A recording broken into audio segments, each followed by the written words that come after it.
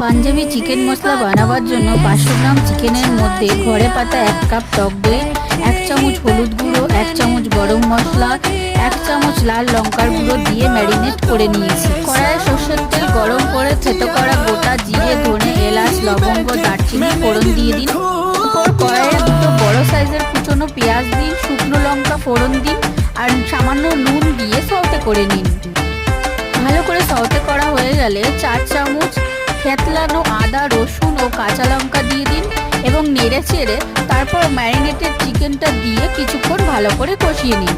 ভালো করে কষানো হয়ে গেলে কড়াইয়ের ঢাকা দিয়ে 15 মিনিট সেদ্ধ করুন। তারপর পরিমাণ মতো জল দিয়ে দিন, চেরা কাঁচা লঙ্কা দিন, পরিমাণ মতো নুন দিন এবং আরও 15 মিনিট সেদ্ধ করে নিন।